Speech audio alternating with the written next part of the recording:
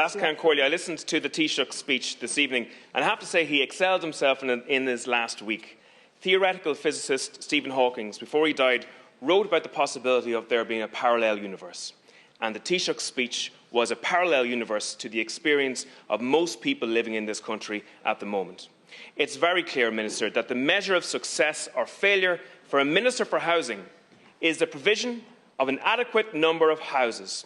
It's as simple as that for their people, either through public provision or a functioning market that can provide those houses. And on that basis, Minister, the government is failing severely. It's an incredible situation, and it gives me no pleasure to say it whatsoever. For this government to have adequate housing, we need to build 50,000 homes every year for the next 10 years. And you are miles away from that target. And even the target that you set yourselves last year of 28,000 homes, you missed. So this year, you reduced the target by 5,000 homes.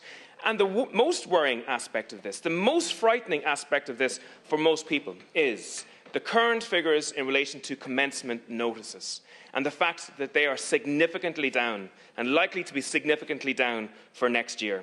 There's a massive human and societal cost to what's happening. We have record homelessness, record local authority housing waiting lists, record rents and record house prices. How could we have confidence in a government or a minister which that is the result of their work? And I want to say people are literally dying on the streets in relation to this in our towns and cities. Aintu has found out that over 357 people have died on the streets of this capital alone in the last 5 years. An incredible figure, a national disaster equivalent to a 747 crashing in 5 years. And that's just this city. No other local authority in the state records the number of homeless people that dies in the streets. I have asked you to do that, Minister, and it hasn't been done. It's an incredible situation.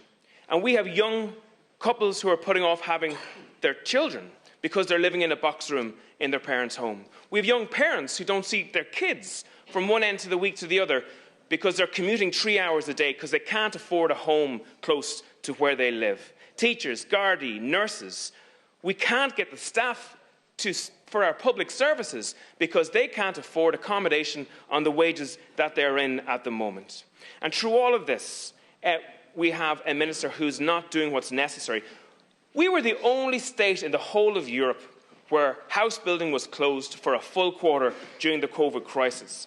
We were the only state that hasn't got to grips with the level of vacant homes that exist in this country. It's an incredible thing that the Minister for Finance, Paschal Donohoe, has resisted putting a tax on empty homes for as long as he possibly could. And now there's a vacant home tax potentially in the offing that is nowhere near significant enough to actually change the behaviour of those people who are sitting on those homes and watching the prices of those homes increase at the moment. And we have 160,000 vacant homes, according to the statistics. We put a parliamentary question in recently. It showed that 392 homes have applied for the vacant property refurbishment grant. That's an incredible figure, a staggering figure compared to what's actually happening in terms of the number of vacant homes that there are at the moment. And then the direct provision of this, the fact that 11 local authorities failed to build a single local authority home in the first 6 months. 3 Dublin councils failed to build a single home in the first 6 months. A total of 647 homes in the first 6 months. That is an incredible response to the enormity of a housing crisis that is bearing down so heavily on people's shoulders at the moment.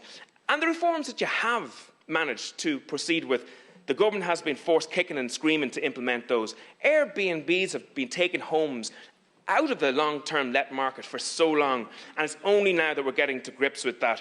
We have rent controls, eviction bans, and the reform of REITs and institutional investors, again, glacial reforms when they were needed the most.